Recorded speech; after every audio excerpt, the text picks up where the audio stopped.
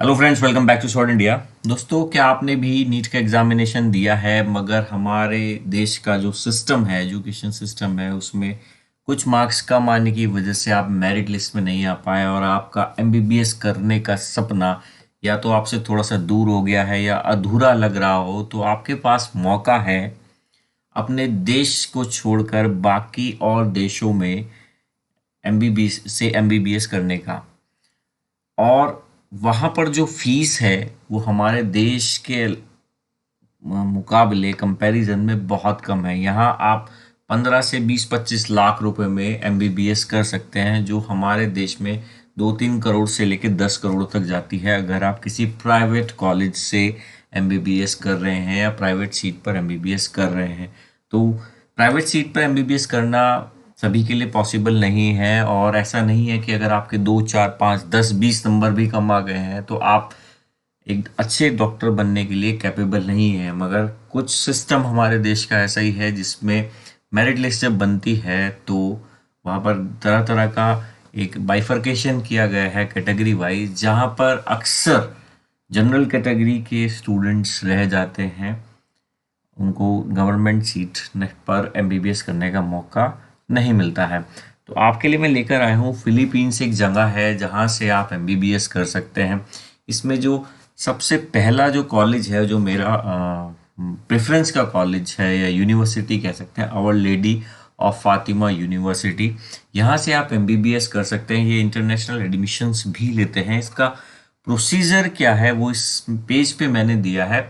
हालांकि आपको बता दूं कि बहुत सारे प्राइवेट एजेंट्स हैं जो आपको एमबीबीएस वगैरह करा सकते हैं बाहर से, मगर मेजॉरिटी हमारे देश में फ्रॉड बहुत चलता है। देश में ही नहीं, पूरे वर्ल्ड में फ्रॉड बहुत लेवल पर बढ़ गया है। तो मैं आप सभी को सलाह ये दूंगा कि आप सभी खुद से उन कॉलेज और यूनिवर्सिटीज़ में डायरेक्ट इंक्वायरी करके ही एडमिशन लें, ना तो मेरे या किसी और के को एजेंट बनाकर आप ऐसी कोशिश करें। मैं तो एजेंट नहीं हूँ, मैं आपको एक राह दिखा रहा हूँ कि कैसे आप कर सकते हैं। Our Lady of Fatima University के अलावा मैं कुछ आपको यूनिवर्सिटी, दूसरी यूनिवर्सिटीज़ के नाम भी बताऊंगा जो फिलीपींस में हैं, जहाँ पर आपका खर्चा कितना आएगा लगभग वो हम बता दें। सबसे पहले मैं आपको बता देता हूँ कि हमारी करेंसी और फिलीपींस की करेंसी में ज़्यादा डिफरेंस नहीं है। फिलीपींस की करेंसी को अगर हमारे यहाँ से कंपैरिजन करें तो सिर्फ फिलीपींस का एक पीसो हमारे यहाँ 1.5 या 2 पौने 2 रुपए के आसपास बैठता है। ये थोड़ा वेरी करता रहता है। आप समझते हैं कि जैसे जैसे जैसे सेंसेक्स में बढ़ती है वैल्यू शेयर्स की, ऐसे ही करेंसी का वैल्यू भी थोड़ा सा चेंज कम या ज़्यादा होता रहता है। तो देखिए, ये जो यूनिवर्सिटीज़ है इसमें इंटरनेशनल नेशनल एडमिशन होता है। यहाँ पर थोड़ी सी नॉलेज दी गई है। एडमिशन रिक्वायरमेंट यहाँ सामने दिया गया है, जिसमें क्या क्या आपको डॉक्यूमेंट चाहिए उसके बारे में दिया है। सबसे पहले आपको क्या करना है, आपको इसको स्क्रॉल डाउन हम करते हैं और कॉलेज ऑफ मेडिसिन्स का यहाँ पर कांटेक्ट के लिए फ़ोन नंबर्स, टेलीफोन नंबर्स दिए गए हैं, ईमेल एड्रेस दिया गया है। तो आपको सबसे पहले यहाँ कांटेक्ट करना है। This is the office of executive vice president of college of medicine. यहाँ पर आपको कांटेक्ट करना है, क्योंकि प्रोसीजर मैं आपको बता देता हूँ क्या है कि पहले आप यहाँ पर एक एप्लीकेशन डालेंगे। वो एप्लीकेशन अगर आपकी सिलेक्ट हो जाती है उसके बाद वो आपको इनविटेशन भेजेंगे, जिसके जरिए वो आपसे कुछ सपोर्टेड डॉक्यूमेंट्स मांगेंगे, और उन सपोर्टेड डॉक्यूमेंट्स के बाद वो आपको इनवाइट करेंगे अपने यहाँ से एमबीबीएस करने का, जिसके बेसिस पे आपको वीज़ा वगैरह मिलेगा एम्बेसी से। तो सबसे पहले आपके लिए ज़रूरी है कि आपके पास एक वैलिड पासपोर्ट तो हो ही, चाहे आप कभी बाहर गए हैं नहीं गए हैं, क्योंकि सबसे ज़्यादा ज़रूरी यहाँ पर पासपोर्ट होगा। और अगर आप एमबीबीएस करना चाहते हैं तो यानी क्लास 12th आप ऑलरेडी पास्ड होंगे, तो आपके पास वैलिड डॉक्यूमेंट्स होंगे अपने क्लास 10th के और 12th के, पासिंग सर्टिफिकेट्स होंगे। उसके अलावा कुछ और सर्टिफिकेट्स हैं जो यहाँ पर चाहिए। उनमें से सही सही जो इसका तरीका है, वो जो प्रोसीजर है, क्या क्या डॉक्यूमेंट लगेंगे, वो आपको यही लोग आसानी से बता पाएंगे। हालांकि बहुत सारी वेबसाइट्स भी ऐसा हैं जो क्लेम करती हैं, मगर उसमें आपका थोड़ा सा एक्सपेंडिचर बढ़ सकता है। और कुछ चांसेस ये भी रहेंगे, लगभग मैं कहूँगा ज़्यादातर चांसेस ये रहेंगे कि आपके साथ फ्रॉड हो जाए। तो फ्रॉड ना हो इसलिए आप डायरेक्ट एडमिशन की कोशिश करें। ज़्यादा मुश्किल या टेढ़ी खीर नहीं है, थोड़ी सी चीज़ें हैं जो आपको खुद से करनी पड़ेंगी, और आपका एजेंट भी वो डॉक्यूमेंट्स आपसे मांगेगा ही। हालांकि वो डॉक्यूमेंट्स को कैसे करने हैं, कहाँ जाना है, उसमें थोड़ी वो आपकी हेल्प कर सकता है। कुछ डॉक्यूमेंट्स यहाँ पर दिए गए हैं, जैसे रिकॉर्ड्स, ट्रांसक्रिप्ट रिकॉर्ड्स चाहिए, कॉलेज डिप्लोमा, यहाँ पर वो डिप्लोमा दिया गया है, आपके पास में पासिंग सर्टिफिकेट्स होंगे, लेटर ऑफ फाइनेंशियल सपोर्ट।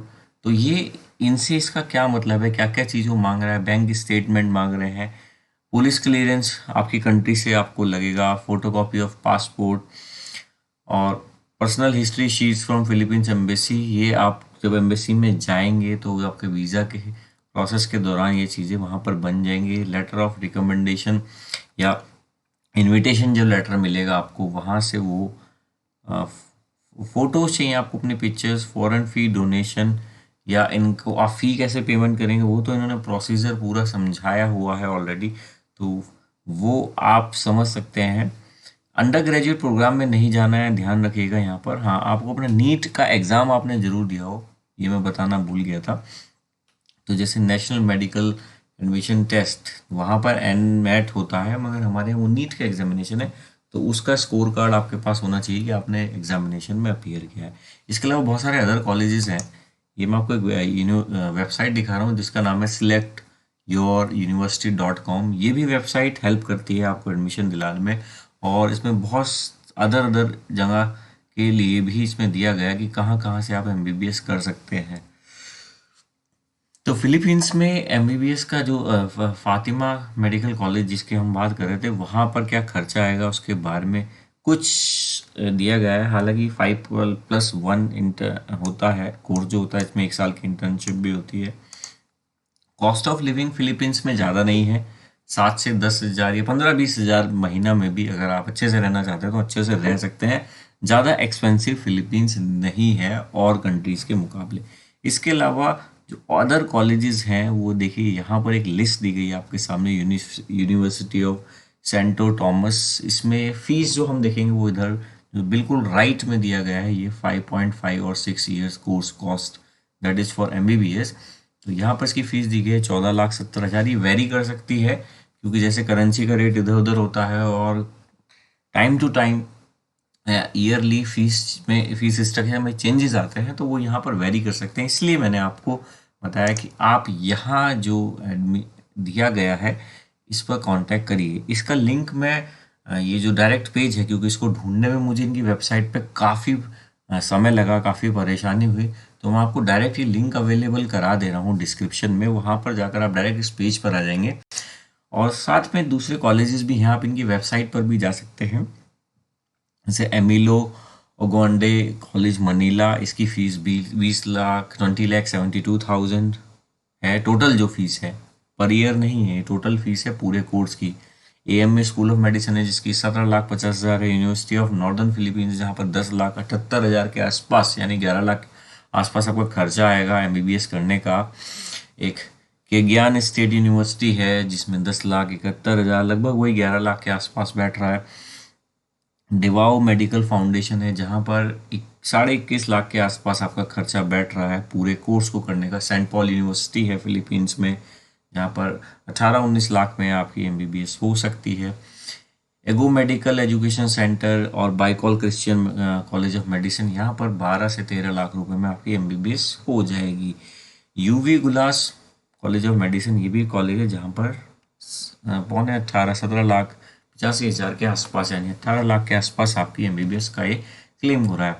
हालांकि ये जो फीस स्ट्रक्चर है ये हो सकता है थोड़ा सा वेरी करे एक्चुअल फीस स्ट्रक्चर से, क्योंकि इस वेबसाइट पर भी अपडेशन जो हुई है वो 2020 की अभी की हुई थी, मगर वेरी कर सकती है प्राइस जब आप पे करेंगे पीसों में। वहाँ की जो करेंसी है वो पीसो है, तो उसमें शायद थोड़ा बहुत वेरिएशन भी आ सकता है।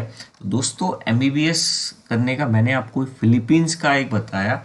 फिलीपींस के अलावा रशिया, बहुत सारी जगह से अगर यहाँ पे आप लिस्ट देखेंगे तो आप इस वेबसाइट पर भी जा सकते हैं, selectouruniversity.com। इसका लिंक भी मैं डिस्क्रिप्शन में अवेलेबल करा देता हूँ, तो आप यहाँ से पूरी जानकारी ले सकते हैं जहाँ पे एमबीबीएस इन एब्रॉड से। इंडिया तो अगर आप कि गवर्नमेंट सीट आ गई है, सो फार सो गुड, बहुत बढ़िया रहेगा आपके लिए। बेलारूस से आप कर सकते हैं, यूएस और यूके काफ़ी एक्सपेंसिव रहेंगे। रशिया से आप कर सकते हैं, चाइना से हमारे संबंध अच्छे नहीं चल रहे हैं, मगर आप अगर आप करना चाहते हैं तो चाइना से भी आप कर सकते हैं। चाइना में थोड़ा लैंग्वेज का इशू आ सकता है। फिलीपींस में एक अच्छी बात यह है कि वहाँ का जो कोर्स है वो इंडियन एमबीबीएस के कोर्सेज से काफ़ी मिलता जुलता है।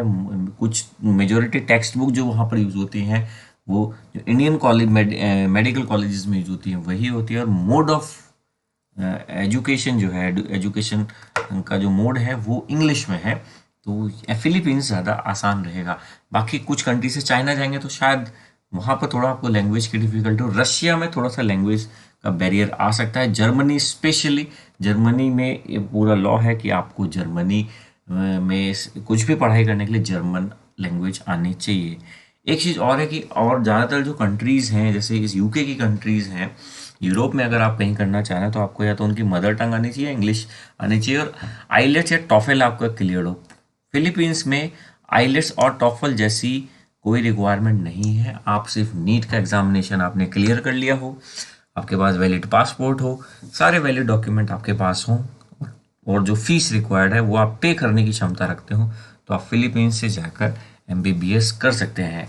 हाँ, उसके बाद आपको अगर इंडिया में प्रैक्टिस करनी है, इंडिया में गवर्नमेंट जॉब लेनी है, तो एमसीआई का एक एग्जामिनेशन होता है जो वो आपको देना पड़ेगा, और वो भी ज़्यादा हार्ड नहीं होगा, क्योंकि आपने जब एमबीबीएस अच्छे से करी होगी तो वो एग्जामिनेशन आप अच्छे से क्लियर कर लेंगे, और आप इंडिया में आसानी से प्राइवेट प्रैक्टिस भी कर सकते हैं, और आप गवर्नमेंट जॉब के लिए भी अप्लाई कर सकते हैं as a doctor in the medical colleges और इन मेडिकल हॉस्पिटल्स।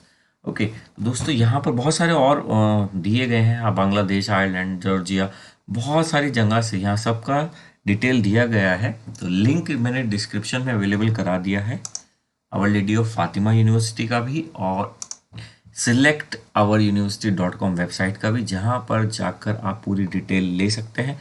मगर मैं आपको बार बार यही कह रहा हूँ तो कि आप अपनी एजुकेशन के लिए एजेंट को बीच में ना डालकर खुद से अगर अप्रोच करेंगे यूनिवर्सिटीज़ को, क्योंकि एजेंट भी आपके बिहाफ पे वही करेगा। मगर कभी कभी क्या होता है, एजेंट्स फ्रॉड करते हैं, धोखाधड़ी करते हैं, आपको एडमिशन दिला के भेज देते हैं, पता चलता है कि वो तो कॉलेज वहाँ पर एग्जिस्ट ही नहीं कर रहा है। और बहुत सारी अदर चीज़ें होती हैं कि कभी कभी एग्जिस्ट भी कर रहा है तो मगर वो एफिलेटेड नहीं है, एमसीआई द्वारा रिकॉग्नाइज नहीं है, या एमसीआई की जो लिस्ट है उसमें आप नहीं दे सकते हैं एग्जामिनेशन एमबीबीएस वहाँ से करने के बाद। तो थोड़ी सी वहाँ परेशानी, थोड़ी नहीं बहुत परेशानी वहाँ आपको उठानी पड़ सकती है।